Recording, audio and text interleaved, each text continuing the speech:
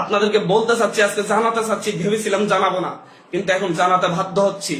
কারণ আপনারা জানেন, আপনাদেরকে বলতেছি, আজকে সকালবেলা মাহুদ যারা এমপি আমাদেরকে ফোন করে আমাদেরকে বলেন, মাননীয় প্রধানমন্ত্রী আপনাদের সাথে দেখা করতে চাই, গণভবন আসুন, আমাদের সাথে আলোচনা করুন, আপনাদের পরিবার সহ আসুন, বাবা মা সহ আসুন। আমরা প্রত্যাখ্যান করেছিলাম, বলেছি ওনার হাতে আমাদের ভাইদের রক্ত লেগে আছে, ওনাকে বলুন সেই হাত পরিষ্কার করতে, তারপর কেবল আমরা আসবো, তারপর আমরা তার সাথে কথা বলবো কিনা ভেবে দেখবো। আবারও বলতেছি, আজকে সকালবেলা তিনি আমাদেরকে প্রধানমন্ত্রী আমাদেরকে আহ্বান করেছিলেন ওনার সাথে আলোচনা করার জন্য গণভবনে যেতে। আমরা বলেছিলাম, আমি আমার জায়গা থেকে বলেছি যে উনি বলেছিলেন আমার বাবা মা সহ যেন যাই। আমি বলেছি যে হচ্ছে ওনার হাতে আমার ভাইদের রক্ত লেগে আছে, ওনাকে বলুন সেই রক্ত পরিষ্কার করতে, তারপর কেবল আমরা ভাববো ওনার সাথে দেখা করব কিনা। কিন্তু দুপুর না হতেই উনি সেই একই কাজ শুরু করেছেন, আবার আমাদের ভাইদেরকে হত্যা করেছেন, আবার আমাদের ভাইদের রক্ত জড়িয়েছেন। উত্তরায়, খুলনায়, হবিগঞ্জে, টাঙ্গাইলে, সিলেটে আমাদের ভাইদেরকে হত্যা করা হয়েছে। আজকে প্রায় 7-8 জন ভাইকে হত্যা করা হয়েছে, শিশুকে হত্যা করা হয়েছে সিলেটে। আবারও উনি রক্তের খেলা মেতে উঠেছেন। একটা রক্তখাদ্য সরকার কিভাবে ক্ষমতায় থাকছে, কিভাবে থাকতেছে আমরা বুঝতে পারতেছি না। এই দেশের মানুষ রাস্তায় নামবে, খালি হাতে নামবে, উনি ডিরেক্ট গুলি করে মেরে ফেলবেন। বাচ্চা বাচ্চা ছেলেদেরকে মারতেছেন, পাতার খুলি উড়ে দিচ্ছেন। এগুলো কোন ধরনের অফিসার বাস করতেছে? এটা কোন ধরনের রাষ্ট্র? সভ্য রাষ্ট্র? এই রাষ্ট্রের মানুষজন কি মরে গেছে? আর আমরা কি আর বেঁচে থাকার অধিকার রাখি না? প্রতিটা মানুষ কি ওনার কাছে জিম্মি হয়ে আছে? যাকে ইচ্ছে তাকে হত্যা করবে, যাকে ইচ্ছে তাকে খুন করবে। এটা চলতে পারে না। এর বিরুদ্ধে আমাদেরকে ঐক্যবদ্ধ লড়াই করতে হবে। আমরা বৈষম্য বিরোধী ছাত্র আন্দোলনের পক্ষ থেকে স্পষ্ট ঘোষণা করতেছি, আগামী কালকে সারা দেশে প্রতিটা পাড়া মহল্লায় প্রতিটা জায়গায় বিক্ষোভ কর্মসূচি পালিত হবে। আর আগামী কালকের পরে পরশুদিন থেকে সর্বাত্মক অসহযোগ আন্দোলন পালিত হবে। সর্বাত্মক অসহযোগ। কোন ট্যাক্স দেওয়া হবে না এই সরকারকে, এই সরকারের অফিসে যাওয়া হবে না, কেউ তার অফিসে যাবে না, কেউ তার সরকারি বেসরকারি সকল অফিস বন্ধ থাকবে, সচিবালয় বন্ধ থাকবে, এভরিথিং বন্ধ থাকবে। গণভবনে কোনো বাস গাড়ি ঢুকবে না, বঙ্গভবনে কোনো গাড়ি ঢুকবে না, এভরিথিং অফ থাকবে। এবং সরকারকে সর্বাত্মক অসহযোগিতা করা হবে। কেউ ট্যাক্স দিবেন না, প্রয়োজন বিদ্যুৎ বিল দেওয়া যাবে না, গ্যাস বিল দেওয়া যাবে না, প্রয়োজনে কাঠে রান্না করা হবে, প্রয়োজনে প্রত্যেকে প্রয়োজনে মোমবাতি জ্বালানো হবে।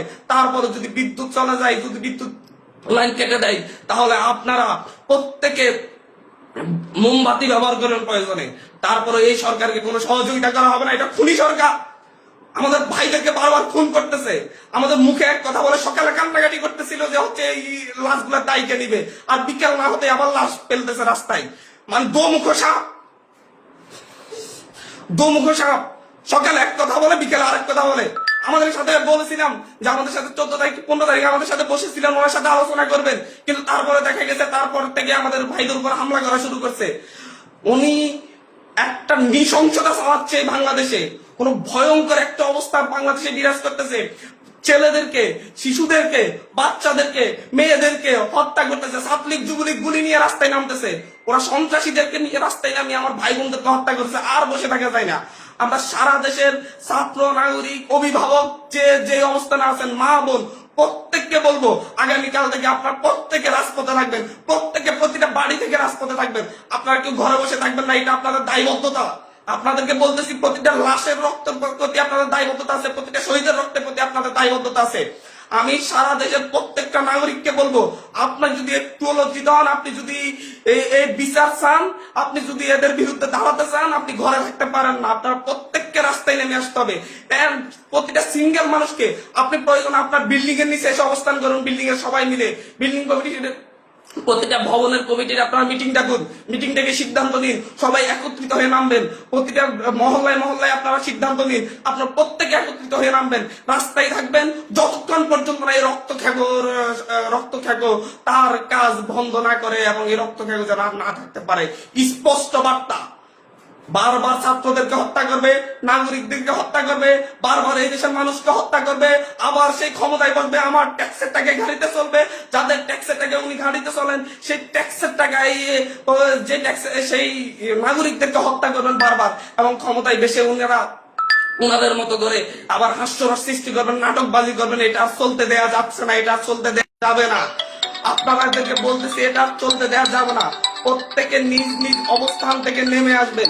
প্রতিটা ঘর মহল্লা, প্রতিটা পাড়া, প্রত্যেকটা মানুষ আপনারা রাস্তায় নামবেন। কালকে সারা দেশে বিক্ষোভ মিছিল অনুষ্ঠিত হবে হত্যাকাণ্ডের বিরুদ্ধে, এবং পরশুদিন থেকে সর্বাত্মক অসহযোগ আন্দোলন চলবে। কোন ধরনের সহযোগিতা করা হবে না। প্রত্যেকটা দল, প্রত্যেকটা মতের মানুষকে বলবো আপনারা সংগঠিত ভাবে ঘোষণা দিন। প্রতিটা দলকে বলবো, বিএনপি হোক, বাম হোক, ডান হোক, যত দল আছে প্রত্যেকটা দলের প্রতি উদাত্ত আহ্বান। ধর্মভিত্তিক দল হলে ধর্মভিত্তিক দল, ডান দল হলে ডান দল, বাম দল হলে বাম দল, জাতীয় ঐক্যমতে প্রত্যেকে রাস্তায় নেমে আসবেন। প্রত্যেকে রাস্তায় নেমে ঐক্যবদ্ধভাবে আপনারা জানান দিবেন এইটা বাংলাদেশে চলতে পারে না। কোন রক্ত খেকো এইভাবে থাকতে পারে না। বারবার রক্ত জড়িয়ে তারা ক্ষমতায় থাকবে, তা হতে পারে না। তিনি আজকে সকালে আমাদেরকে বলেছেন, আমাদেরকে দাওয়াত করতেছেন যে আমার বাবা মাকে নিয়ে আমি ওনার গণভবনে যেতাম, যে ওনাদের সাথে আলোচনা করতাম। জাস্ট একটা কথাই বলেছি, ওনার হাতে আমার ভাইদের রক্ত লেগে আছে, উনি ওই রক্তাক্ত হাত পরিষ্কার করুন, তারপর আমরা গণভবনে যাবো কিনা ভেবে দেখবো। কিন্তু তিনি তো রক্তাক্ত হাত পরিষ্কার করার সিদ্ধান্ত নেনই নেই, তিনি বরং আরো রক্ত ঝরানোর পথ বেছে নিয়েছেন। বাংলাদেশের পুলিশ বাহিনী, র্যাব বাহিনী, সেনাবাহিনীকে বলবো, আপনাদেরকে বলতেছি, আপনাদের ছেলে সন্তানরাও আন্দোলন করতেছে, আপনাদের ছেলে সন্তানরাও বিশ্ববিদ্যালয়ে পড়ে, স্কুলে পড়ে, কলেজে পড়ে, তাদেরকে হত্যা করা হচ্ছে। ভুলে যাবেন না মুক্তিযুদ্ধের সেই পুলিশের কথা যার সন্তানের বুক ঝাঁঝা করে দেওয়া হয়েছিল আরেক পুলিশের গুলিতে যাত্রাবাড়ি থেকে। সে প্রশ্ন করেছিল, স্যার একটা ছেলেকে মারতে কয়টা গুলি লাগে? সো আপনাদেরকে বলতেছি, আপনারা জনগণের পাশে দাঁড়ান।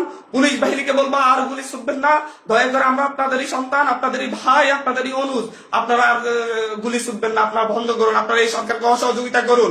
আপনাদেরকে বলতেছি, এই সরকারকে অসহযোগিতা করুন। র্যাব বাহিনীকে, পুলিশ বাহিনীকে, যত আইন শৃঙ্খলা বাহিনী আছে প্রত্যেককে বলুন, বলতেছি আপনারা আপনাদের ব্যারাকে ফিরে যান, আর কোনো ভাইদের হত্যা করবেন না।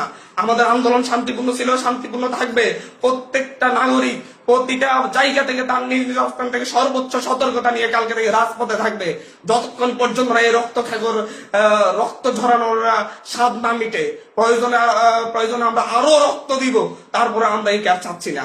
প্রিয় দেশবাসী, আপনাদেরকে বলবো ঐক্যবদ্ধভাবে রাজপথে নামুন, এবং কালকে বিক্ষোভ মিছিল পালিত হবে। পরশু দিন থেকে আমাদের সর্বাত্মক অসহযোগ আন্দোলন চলবে। ট্যাক্স দেওয়া হবে না, সরকারকে কোনো সরকারকে কোনো ধরনের সহযোগিতা করা হবে না। প্রত্যেকটা অফিস আদালত বন্ধ থাকবে, সচিবালয় থেকে শুরু করে একটা প্রাইমারি স্কুল পর্যন্ত সব বন্ধ থাকবে কালকে থেকে। এদেশের মানুষ তাদের ঐক্যবদ্ধ শক্তির প্রমাণ দিবে এবং